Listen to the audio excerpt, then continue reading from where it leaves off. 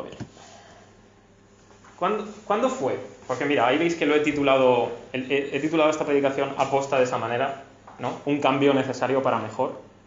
Y mi pregunta es, ¿cuándo fue la última vez que tú realizaste algún cambio en tu vida?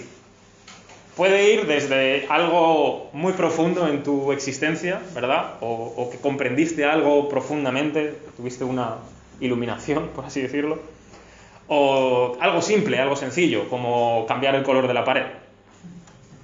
Bueno, la vida está llena de cambios. Eso seguro, todos lo sabemos, la experiencia lo dicta, no hay nadie que pueda decir lo contrario. La vida está llena de cambios y no todos nos gustan, por supuesto. Pero pensamos que si tiene que haber cambios, o sea, si es una cosa obligatoria, si yo al final no puedo evitar que haya cambios, por lo menos que sean para mejor, más que para peor. Ahora bien, los cambios pueden ser o por necesidad o por gusto, que son diferentes. Y claro, en estos últimos, en los que son por gusto, no necesariamente tienen que ser para algo mejor, ¿no? Porque a veces son porque, bueno, por una simple cuestión de estética o de un capricho, como que te dejes el pelo largo o que te lo cortes o te lo pintes, yo qué sé. Pero los cambios necesarios, pues son aquellos que claramente nos damos cuenta de que sí o sí tienen que existir, ¿no?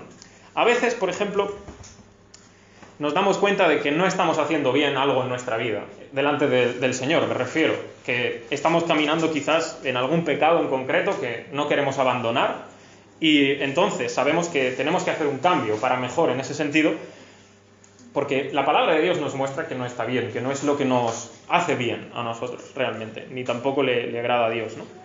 Pues son ese tipo de cambios, los necesarios, los que el Señor mismo está dispuesto a realizar sí o sí en nosotros, aunque no te gusten demasiado, pero es así, son necesarios, como digo.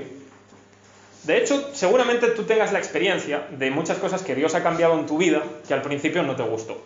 Al principio te resististe, te rebelaste un poco, pensaste que, bueno, mejor lo hago yo, déjame que lo hago yo, como quien dice, ¿verdad? Trae que tú no sabes hacerlo. Pero después, cuando ya surgió ese cambio, cuando pasó un tiempo, miramos hacia atrás y decimos, pues resulta que sí, que era bueno, que me hizo mucho mejor, que no me daba cuenta en ese momento.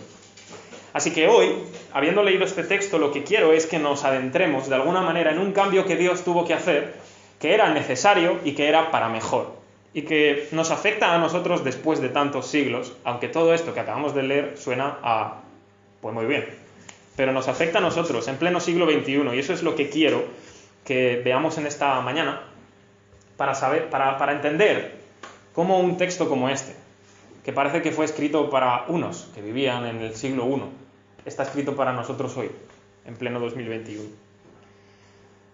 Así que vamos a ir enumerando 3 características acerca de este cambio que Dios tuvo que hacer para mejor, ¿vale? Lo primero es que este cambio que Dios hizo tiene un origen mucho más sublime, mucho más espectacular, por así decirlo. ¿Se ve bien? Sí, ¿verdad? Perfecto. Si recordáis, en el capítulo 5 de Hebreos, que ya lo vimos hace unas cuantas semanas, yo os dije, mirad este nombre de Melquisedec, no me voy a meter en él, ya nos meteremos. Bueno, pues ha llegado el día. Estamos en el capítulo 7 de Hebreos y hay que meterse dentro del nombre de Melquisedec. A ver, ¿quién es este? ¿Qué es esta persona que sale aquí de repente? Bueno, solo aparece una vez en la Biblia. Y de la misma manera que aparece, desaparece. Y es una persona muy rara y, al menos de la manera en que sale, tanto aparecer como desaparecer es como muy misterioso. Si te vas al capítulo 14 de Génesis, te lo encuentras. Ahí aparece ese tal Melquisedec, pero te pongo en contexto. Nos encontramos con que hay unos reyes de por ahí que salen a luchar con otros reyes de por ahí. Y resulta que un bando vence al otro y el bando que vence se lleva a Lot, que es el sobrino de Abraham. Total, que avisan a Abraham y dice, bueno, voy a recuperar la vida de mi sobrino, porque es que este Lot, de verdad, siempre está metiéndose donde no le llaman. Y la cosa es que Abraham lucha con uno de estos reyes, que tiene un nombre muy raro, se llama Kedorlaomer. Ese es su nombre, Kedorlaomer, ¿vale? Lucha con él. Tú fíjate cómo debería ser en aquel entonces, para que Abraham, una persona que solo se dedica de ir de un lado para otro como un nómada, que sí, tenía sus trabajadores, se enfrenta a un rey y lo vence. Espectacular.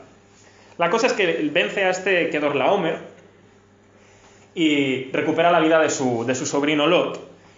Y claro, una vez que vence, aparece los otros reyes que estaban luchando contra estos y le salen a recibir para como agradecer, ¿no?, lo que ha hecho, la victoria que ha tenido y todo eso. Y también aparece esta figura, la de Melquisedec. Muy extrañamente, sale al encuentro de Abraham y le bendice. Bendice a Dios, le da pan y vino y ya está. No hay mucho más. Abraham le da los diezmos del botín de la guerra y ya está. Y se acabó. Hasta aquí Melquisedec. Este es. No sabemos absolutamente nada más. Claro, mucha tinta se ha escrito, ¿verdad?, y ha corrido acerca de esta figura de Melquisedec en la antigüedad. Y yo diría que lo que ahora vamos a ver de Melquisedec en este texto seguramente era lo que muchos en la antigüedad y los judíos creían que era Melquisedec. En el judaísmo, quiero decir, ¿eh? Nos dice que su nombre significa rey de justicia. Eso es lo que significa Melquisedec en hebreo. Está compuesto por dos palabras, por así decirlo, ¿no? La parte de Melki, que sería el rey, y Tzedek, que es justicia, ¿no? Es rey de justicia, eso significa. Y luego dice que él es rey de una ciudad que se llama Salem. Salem significa paz, de ahí Jerusalén también. Y entonces él era rey de esta ciudad, de Salem. Entonces era rey de justicia por nombre y literalmente por su función era rey de paz, aparte de sacerdote. Y nos dice, no sabemos si literalmente o metafóricamente, que no tenía padre, que no tenía madre, que no tenía genealogía, que no tenía ni principio de días ni fin de vida. Es decir, que era como semejante al Hijo de Dios, de alguna manera. Ahora explicamos eso. Y claro, con esta descripción, pues muchos en la antigüedad, en el judaísmo, decían, es el Mesías. Él es el Mesías, él vino, el Mesías en ese tiempo, se le presentó a Abraham. Incluso, es probable que muchos hayan pensado que él era Jesús, de una manera muy, no sé cómo decirte, lejana, o que se apareció de una forma muy extraña en el pasado, ¿no? Sobre todo por ese momento en el que saca el pan y el vino, que es un sacerdote, que es un rey, no sé. Pues muchos han pensado eso, ¿verdad? Pero lo importante, yo diría que está en el versículo 4 de este texto de Hebreos. Dice, considerad pues cuán grande era este, a quien aun Abraham el patriarca dio diezmos del botín. Cuán grande era este. Esto del diezmo, para hacer un pequeño inciso en eso, es una cosa que no aprendemos hasta unos libros más adelante. En Génesis todavía no sabemos muy bien qué es eso. Se practicaba, pero hasta Levítico, más o menos, incluso quizás un poco se empieza a ver en Éxodo, no sabemos qué es el diezmo. El diezmo pues era una especie de impuesto que se le ponía al pueblo judío para el mantenimiento del templo, en aquel entonces del tabernáculo al principio, luego del templo y también de los levitas, que eran los sacerdotes que trabajaban en el templo o en el tabernáculo. Entonces, esa parte ahí, ese diezmo en bienes o lo que fuera, casi siempre eran bienes, era para el sostenimiento de ellos. Había otros tipos de diezmo también. Había un diezmo para las fiestas y había otro diezmo aparte. O sea, en total no pagaban un 10%, pagaban como un 23% en todo un año, que requería básicamente lo que a lo mejor hoy día en muchas cosas pagamos a través de impuestos incluso. Porque recordar que los levitas no solo eran religiosos, también eran políticos, de alguna manera. Entonces, eran impuestos verdaderamente, aparte del mantenimiento. Porque, en fin, hay que mantener las cosas, ¿verdad? Y los levitas, lo saco aquí un momento, eran los que descendían de la genealogía de Leví, de la tribu de Leví, que vienen a su vez de Aarón, que fueron los que eran llamados al sacerdocio. Solo esa gente podía ser sacerdote porque así Dios lo hizo con Aarón, ¿no? Y sus hijos, los levitas, pues eran los que lo podían llevar a cabo ese trabajo. Entonces Abraham le da diezmos a este hombre, a Melquisedec. Claro, si en el Antiguo Testamento vemos que el pueblo da diezmos a los sacerdotes, ¿quién es este Melquisedec a quien Abraham le da diezmos? ¿Quién es? Sea como sea, los levitas, que eran los que ejercían el sacerdocio en los tiempos de Jesús y también cuando se escribe Hebreos, porque todavía estaba el templo, parece, dice que los levitas aún estaban, me gusta lo que dice Reina Valera, pero supongo que en las otras traducciones dice de otra manera, ¿no? Dice, los levitas estaban aún en los lomos de Abraham. Es decir, en su pensamiento. No, en su descendencia, no, en su simiente. Todavía no habían nacido, pero estaban en su simiente. Vamos a entender, en su descendencia, sí. Y dice que aún incluso los propios levitas, que son los que reciben el diezmo, o los que recibían el diezmo en los tiempos de Jesús y en los tiempos en los que ellos llevaban el sacerdocio, aún en ese tiempo ellos dieron el diezmo a Melquisedec por medio de Abraham. Es un concepto muy judío, no es nuestro, pero es como decir, el hecho de que yo soy Abraham y de mí nacen los levitas, al yo dar el diezmo del botín, los propios levitas que vienen después de mí están dando el diezmo a Melquisedec. Es un poco extraño. Total, que esto es como si nos hablaran en chino. A mí qué me importa esto, los diezmos, los levitas, el templo, los tabernáculos, los sacrificios, a mí qué me importa. Yo soy cristiano, yo vivo en el siglo XXI, no tengo ni levitas, ni templo, ni tabernáculo, ni sacerdotes, ni sacrificios, ni machos cabríos, ni ovejas, ni cabras, ni nada. Entonces, ¿de qué me sirve esto? Pues está bien la historia, está bonita, ¿o qué? Vamos un poquito más adentro para entender por qué nos afecta a nosotros esto. ¿Por qué es importante? Vale. Estamos hablando de un sacerdote que es semejante a este, a Melquisedec. Y resulta que este sacerdote es semejante a él, como digo, en todos los sentidos. ¿En qué sentidos? Que es rey de justicia, que es rey de paz, que no tiene padre ni madre, sin genealogía, sin principio de días y sin fin de vida. Todas estas cosas, ¿en qué única persona se cumplen a lo largo de toda la historia? Viéndolo desde una perspectiva divina, claro. Desde una perspectiva humana sabemos que él se hizo un hombre y vino de una mujer y tiene una genealogía y tuvo un momento en que vivió, en que nació y un momento en que murió. Pero visto desde la perspectiva de su eternidad, ¿en quién se cumple esto? ¿Quién es rey de justicia, rey de paz, sin genealogía, sin principio de días, sin fin de vida, sin padre, sin madre? ¿Respuesta correcta? Jesús. Un 10 para todos. Jesús. En su condición como Dios, Él es igual que Melquisedec en esta descripción. Así que lo que nos está diciendo aquí es, resulta que hay un sacerdocio, que hay una persona que es intermediaria entre Dios y los hombres, que es muchísimo mejor en su origen que los levitas. Un sacerdocio, o un sacerdote además, que puede vivir constantemente, continuamente, sin que nadie lo quite de ahí para interceder por otros, para mediar por otros, para favorecer a otros delante de Dios.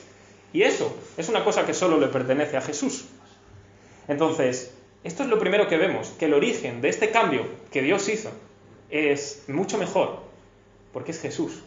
Y su origen es divino, es celestial, no solo es hombres, como los levitas.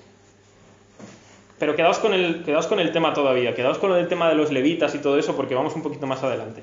Este cambio que Dios hizo es mejor porque introduce, voy a repetir la palabra, una mejor eficacia y una mejor esperanza. ¿Cómo? Bueno, vamos para allá. Entendemos que tiene un mejor origen, ¿verdad? Entendemos que Jesús es mejor que los levitas, ¿verdad? Los levitas son seres humanos, sin más, como tú y como yo, pero Jesús, aunque se hizo un hombre, es Dios, ¿verdad? Entonces tiene un origen muchísimo mejor. Bien, voy a intentar meterme en vuestra mente otra vez. Ahora es cuando decís, muy bien, Jesús, lo entiendo. ¿Y esto para qué me importa a mí? ¿Esto cómo afecta a mi vida? ¿Cómo afecta a mi relación con Dios? Hoy, en el siglo XXI, cuando esta gente no existe, cuando se han quedado atrás, ¿cómo afecta? Si esto es muy lejano. Pues déjame que te lo explique, o mejor, que te lo explique la Biblia, en este mismo capítulo, si lo tenéis por ahí, versículo 11. Dice, si pues la perfección fuera por el sacerdocio levítico, porque bajo él recibió el pueblo la ley, ¿qué necesidad habría aún de que se levantase otro sacerdote según el orden de Melquisedec, y que no fuese llamado según el orden de Aarón? Porque cambiado el sacerdocio, necesario es también que haya cambio de ley. Y ahí voy. Eso es muy importante para nosotros en el siglo XXI. Aunque no lo veas ahora mismo, te afecta. A ti y a mí, que no somos judíos, pues te afecta, como no te puedes llegar a imaginar. Te voy a explicar. La ley del sacerdocio levítico no solamente es la ley moral, que los cristianos creemos que eso sigue vigente y la cumplimos o procuramos cumplirla. ¿A qué me refiero con la ley moral? Los 10 mandamientos. No matarás, no cometerás adulterio, no codiciarás, no te inclinarás a otros dioses. Todo eso es la ley moral, son los 10 mandamientos. Y aun cualquiera que no sea cristiano o que no le interesen nada las cosas de Dios, sabe que es como una cosa muy importante dentro del cristianismo, ¿verdad? Los 10 mandamientos, la ley moral. Pero como que en la ley del pueblo judío había más cosas. Estaba la ley, esto es una cosa que es muy rara, ¿vale? Pero os lo explico. Ley ceremonial y ley civil. Como ahora un poco, ¿no? La ley civil es las normas de conducta para que seas un ciudadano, básicamente. Y la ley ceremonial era todo lo que tenía que ver con el templo, con los ritos que hacían, con los sacrificios, con todo eso, ¿no? Vale, en estos dos últimos puntos, es decir, en la ley ceremonial y en la ley civil, no damos ni una, pero ni una. O sea, si tú ves la diana, no es que dices, me quedo en las afueras, no, es que se cae el dardo al suelo. No damos ni una. En la ley moral tampoco os quedemos mucho, pero por lo menos eso es universal, ¿no? Pero básicamente lo que está diciendo aquí el texto es, vale, si tu vida no se puede perfeccionar a través de la ley levítica, es decir, si tu vida no puede ser perfeccionada, ni santificada, ni tu corazón puede tener buenos deseos hacia Dios porque cumplas con ritos, con sacrificios, con ayunos, con lavamientos de agua, con que el sábado no sé qué, no sé cuánto, tal, que al final no sabes ni qué normas estás cumpliendo. Entonces hay otro modo, hay otra manera de que tú llegues a esa perfección que Dios exige, que la ley exige, y es por medio de un sacerdote nuevo, que se pone en ese lugar, que lo cumple y te lo da. Pero claro, ese sacerdote no puede ser de Leví, porque resulta que la ley del sacerdocio levítico no perfecciona nada. Dura para un rato. Ok, he pecado, voy para allá, entrego un sacrificio y bien, puedo estar seguro por mi culpa, pero no cambia mi corazón. Al día siguiente voy a hacer lo mismo. Y no tengo buenos deseos otra vez para Dios. Y vuelvo. Así todo el rato. No perfeccionan nada, aunque me aporte perdón durante un momento determinado. Pero llega un sacerdote según el orden de Melquisedec, de una tribu nueva, dice. Porque era de Judá, Jesús, y sabes, de la tribu de Judá nadie sirvió con este propósito. No hubo nunca un sacerdote de la tribu de Judá. Y además, Jesús no ha sido hecho sacerdote por ley, o sea, quiero decir, por descendencia. No es que él dice, bueno, me toca. Soy descendiente de un levita y entonces me toca ser un sacerdote. No, por algo mejor. Porque tiene una vida indestructible. Eso es lo que dice el texto. Él ha sido hecho sacerdote por el poder de una vida indestructible. Es decir, que Jesús es sacerdote por excelencia, no porque la antigua ley le diga, te toca, es tu momento, sino porque ha llegado el cumplimiento ya de todas las cosas, y Dios juró y le dijo, tú eres sacerdote para siempre, según el orden de Melquisedec. Ahora bien, el título de este punto dice, una eficacia y una esperanza mejor. ¿Por qué que Jesús sea sacerdote me aporta a mí una esperanza mejor? ¿Qué mayor eficacia tiene para mí, para mi vida? En el versículo 12 dice que hay cambio de ley. Si cambia el sacerdocio, hay cambio de ley. Los antiguos mandamientos, los antiguos ritos, toda la ley de Moisés, toda la ley que tú puedes leer en el Antiguo Testamento sobre todo, y también en el Nuevo, porque de eso se trata, no perfeccionaron nada, no eran eficaces, no podían transformar el corazón. No podían hacer que tu corazón quisiera a Dios completamente, que lo amara, que tuviera buenos deseos para Él, que tú pudieras tener una santidad en condiciones, como se puede decir, para estar delante de Dios.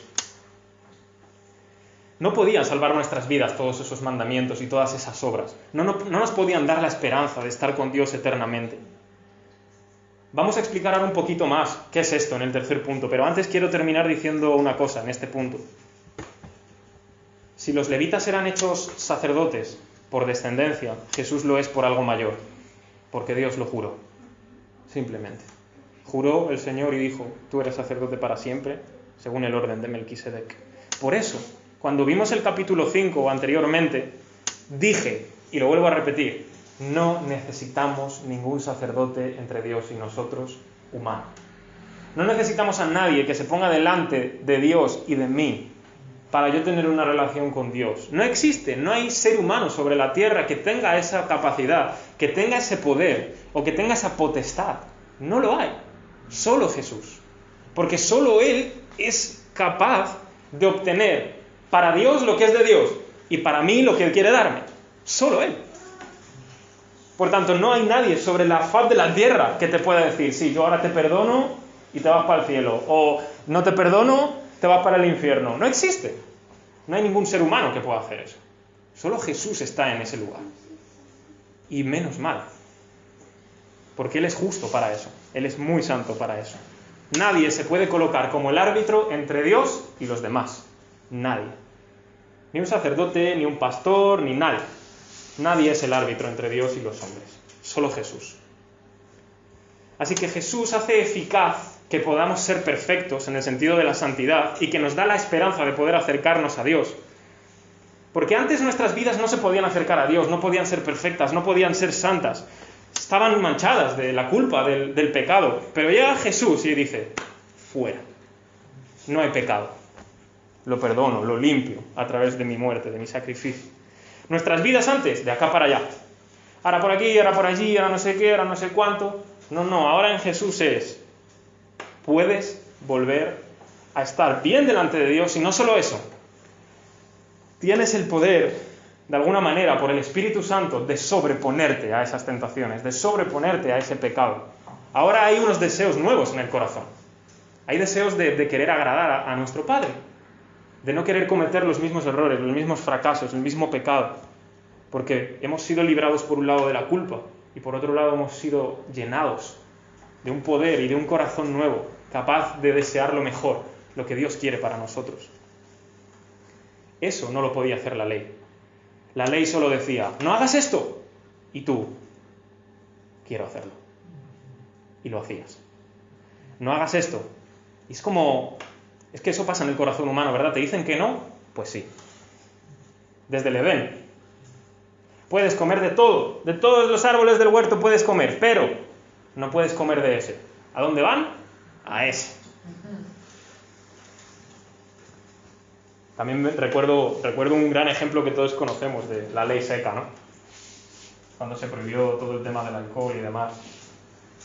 Creo que fue cuando más alcohol se vendió en la vida, o sea que cuando más gente bebía. Prohíbele algo a alguien y lo va a hacer más. Es que es así. Pero claro, no es que Dios estuviera actuando mal al prohibirnos algo, porque es buena la ley. Si la ley te dice no mates, hombre, pues será porque eso es bueno, ¿verdad? Y sin embargo, no sé, hay algo en el corazón del ser humano que, si fuera capaz, mata. Y tú te piensas que tu corazón no es capaz de matar, te lo piensas. Pero Jesús dijo que el simple hecho de tratar mal a alguien muy profundamente, ahí está el pensamiento de un homicida ya. De un homicida. Jesús fue profundo. Jesús sabe dónde está el problema de un homicida.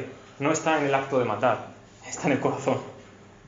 Y el corazón de todos, sin el Señor, sin su Espíritu, sin su palabra, es capaz de tantas cosas, es capaz de todo. ¿Sabes? El ser humano es capaz hasta de matar a Dios. Y lo hizo. Nos lleva al último punto. ¿Por qué este cambio que Dios hizo es mejor? Bueno, porque dura más. Si Jesús ha hecho posible que nosotros podamos vivir de una manera santa, que nos apartemos del pecado, de lo que está mal, ¿verdad? Y perdona nuestra culpa, podríamos preguntarnos, vale Jesús, pero eso no lo hacían también los sacerdotes levitas. Yo había pecado, voy a un sacerdote levita, oye, mira, he hecho esto, pone las manos encima del animal, confiesa sus pecados, lo mata, ¡hala! Para casa, perdonado. ¿No lo hacían también? Sí, lo hacían, de alguna manera, pero no podían hacer una cosa. Podían limpiar la culpa en alguna manera, podían perdonar de alguna manera, pero no podían hacer una cosa, ya lo he dicho, no podían renovar el corazón de una persona, para que de ahí en adelante no pecase más sobre esas cosas que había hecho. No tenía la fuerza suficiente para sobreponerse a eso. Sin embargo, con Jesús se ha hecho un nuevo pacto. Esto del pacto, siempre lo decimos, ¿no? ¿Qué es esto del pacto? A alguno le puede resultar curioso, interesante. Bueno, podemos poner otra palabra, alianza, por ejemplo, también se utiliza, ¿no? Dios hace un pacto con nosotros. Eso es sorprendente. Entonces, ¿qué implica ese pacto en el que Jesús ha hecho con nosotros, que Dios ha hecho con nosotros en Jesús? Bueno, en el Antiguo Testamento o en el Antiguo Pacto había tantos sacerdotes como muertos. Porque si tú te morías, necesitabas otro sacerdote. Y así todo el rato. Qué agobio, ¿verdad? Madre mía. Yo me pongo en la mente de un judío, sobre todo un judío que se va a Babilonia y que su templo se ha destruido. Madre mía, ¿qué puedo esperar de mi vida? Me voy al Seol, me voy al lugar de los muertos. No hay perdón para mí. ¿Dónde está mi sacerdote? ¿Dónde está mi sacrificio? ¿Cómo me salvo? Qué agobio, qué angustia. Entonces era así una tras otra. Se moría un sacerdote, el siguiente y así. Si no, no se mantenía el sistema. Y resulta que ahora tenemos un sacerdote, dice, que tiene el poder de una vida indestructible. Se acabó. No hace falta otro sacerdote que venga a su lugar. Tiene una vida indestructible, no puede morir. Todo el tiempo Él es el mediador entre Dios y nosotros. Y Él es capaz de conseguir para nosotros lo que nosotros necesitamos, el perdón y la salvación. Pero lo hace constantemente. Constantemente. ¿Qué implica para nosotros este texto, Hebreos 7, que suena a chino, que suena a hebreo o a judío? Ni soy hebreo, ni soy judío, ni me interesa. ¿Qué me importa a mí este texto en el siglo XXI? Que Jesús sea sacerdote para siempre. ¿Qué me importa Jesús? Me puedes preguntar. Te lo voy a decir muy sencillo en una sola frase, ¿vale? ¿Qué importa que Jesús sea sacerdote hoy para ti en el siglo XXI? Que Él te puede salvar para siempre. Eso significa. Que te puede salvar para siempre. Y eso importa. Eso importa, aunque todo este texto suene a chino, a antiguo, a hebreo. Fíjate qué importante es. Que no se ha quedado tan atrás como parece. Que no son solo cosas del Antiguo Testamento, que no son solo cosas de judíos, de la ley, de no sé qué. No. Antes, en tanto que había un sacerdote para presentar los sacrificios, vale. Pero ahora resulta que no hay manera de preocuparte. Hay un sacerdote para siempre, presente ante Dios. Que vive para siempre, que constantemente está mediando entre nosotros y Dios. Y su misión es salvarnos a nosotros para siempre, si nos acercamos a Él, si confiamos en Él, si nuestra fe está en Él. Claro, añadido a esto, cabe decir unas cuantas cosas más que no estaban en los sacerdotes levíticos. Jesús tiene una serie de características que ninguno puede cumplir, solo Él. Y el texto dice, es santo, inocente, sin mancha, apartado de los pecadores. Paréntesis. No quiere decir que Él no se acerca a los pecadores para salvarlos. Significa que Él no se complace en el pecado de sus vidas, ni quiere dejarlos así, pero sí se acerca a ellos para salvarles. Es lo que quiere decir esto, de apartado de los pecadores. Que es más sublime que los cielos, y que no tiene necesidad de presentar sacrificios por sí mismo. Los sacerdotes levitas sí, porque tenían sus propios pecados, y primero el sacrificio para Él y luego para los demás. Jesús no tiene ningún pecado del que recibir perdón. Él es perfecto. Él mismo es el sacrificio.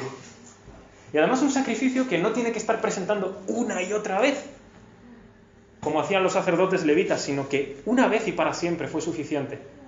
Su sacrificio es tan perfecto, es tan santo, es tan limpio de mancha, que vale para siempre, por una sola vez. Eso es tremendo. Eso es tremendo. Que un sacrificio como ese valga para siempre, para cada ser humano que pisa la tierra desde entonces. Bueno, y desde antes de que Jesús existiera, antes de que Jesús viniera a la tierra, perdón. Su sacrificio es perfecto. ¿No es mejor este sacerdote y mejor este sacrificio? ¿No es mejor que vale para siempre y que tiene el poder de que nosotros seamos perdonados y salvados, y lo pongo en mayúsculas, para siempre? Lo dejo por ahí también. El cambio, lo podéis leer a la vez que lo digo, el cambio que Dios tuvo que hacer era necesario para mejor. Porque el cambio que Él ha hecho, primero, tiene un origen más sublime, hemos dicho al principio. ¿Por qué? Porque se origina dentro de la naturaleza de Dios, de su Hijo. Él envía a su Hijo. O sea que su origen es mucho más poderoso, mejor, ¿verdad? Y es su Hijo el que lo hace. Además, este cambio tiene una mejor eficacia, una mejor esperanza para nosotros, porque ¿qué consigue? No solo perdonarnos y quitarnos la culpa, sino darnos un corazón nuevo, lleno de deseos nuevos, de una voluntad nueva, que es acorde a lo que Dios quiere, a la manera de vivir que Dios quiere. Y es por eso que tenemos la esperanza de que realmente vamos a poder estar con Él siempre, porque actuamos como Él quiere. En la propia carta de Hebreos, lo vamos a ver más adelante, dice, sin santidad es imposible ver a Dios. Entonces Dios nos está dando aquello que Él quiere que tengamos para verle, la santidad. Y tercero, hemos dicho que tiene una durabilidad mayor porque no se agota, no termina con el tiempo. Jesús no muere y tiene que venir otro. No se necesita más cabras ni más ovejas, ¿verdad?, para tener que ir presentándolas, sino que Él tiene una vida indestructible, que no se puede agotar, no puede terminar. Él está ahí para siempre, para salvarnos. Así que esto quiere decir que toda nuestra vida en el cielo, Él va a estar a nuestro lado. Piensa esto en un momento. Mientras tú estés en el cielo, no solo ahora en la tierra, mientras te estás esperando al cielo, en el cielo mismo, Jesús está a tu lado, haciendo todo lo que tú no puedes hacer para que estés delante de Dios. Porque, ¿cómo puedes estar ante un Dios santo y justo cuando tú no eres santo y justo? Pues la Biblia dice, no lo mereces.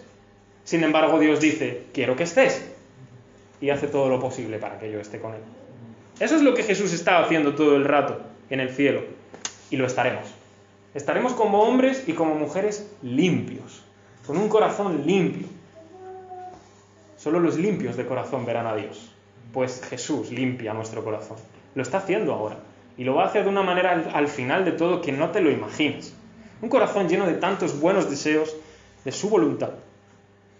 Y estaremos perdonados para siempre. Estaremos llenos de su voluntad. Desearemos estar con Él siempre, haciendo solo lo que Él le agrada. Y eso ya es posible a día de hoy. A veces solo basta decir, Padre, dame un corazón lleno de tu voluntad. Créeme, Dios esa oración la responde en el mismo momento en que la haces. La responde. Así que si tú deseas esto, si tú deseas este gran sacerdote que puede salvar tu vida para siempre, que puede perdonar tu vida para siempre, que te puede dar un corazón nuevo para siempre, pues es muy fácil. Cree en Él. Cree en lo que Él ha presentado como el sacrificio, su vida misma. Así es. Así que me gustaría orar con vosotros.